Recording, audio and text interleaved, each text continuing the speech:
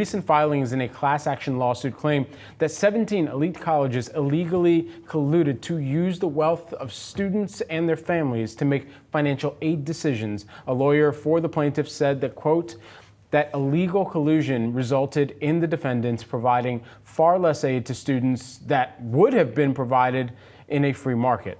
Joining me now to break down the claims is Catalyst co-host Madison Mills. Maddie, you've been all over this one. So this case originally filed in 2022. What were we able to find out this week? Yeah, so a lot of details this week, and it's really telling when you get into some of the email evidence of what some of these admissions officers were saying about the applicants they were getting and the degree to which the wealth of certain students was the only thing that allowed those students to get into some of these elite universities. That is what is alleged in this case. Just to give a reminder here, 17 universities are involved in this suit, the likes of Brown, MIT, University of Pennsylvania, Notre Dame. You've got more names on your screen here, and these are among the most elite, considered by some to be the most elite universities in the country here.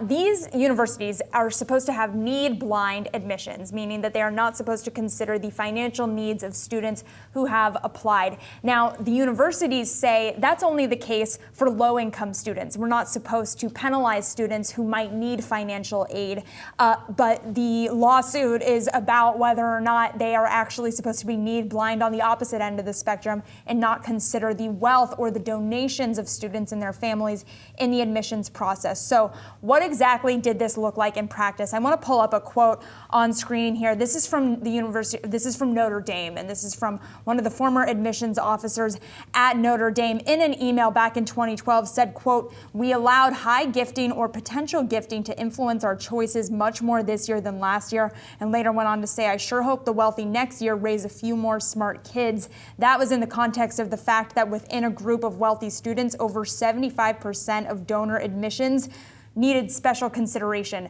to get in. So basically those students would not have made it into the university without the donations of their families here.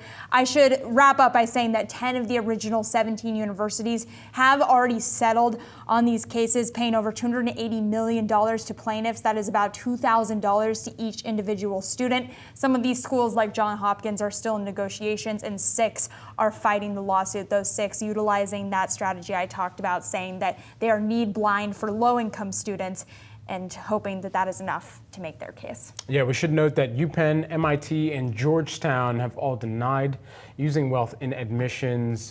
Just to round out our reporting here, Maddie, thanks so much for diving into this one. Really important.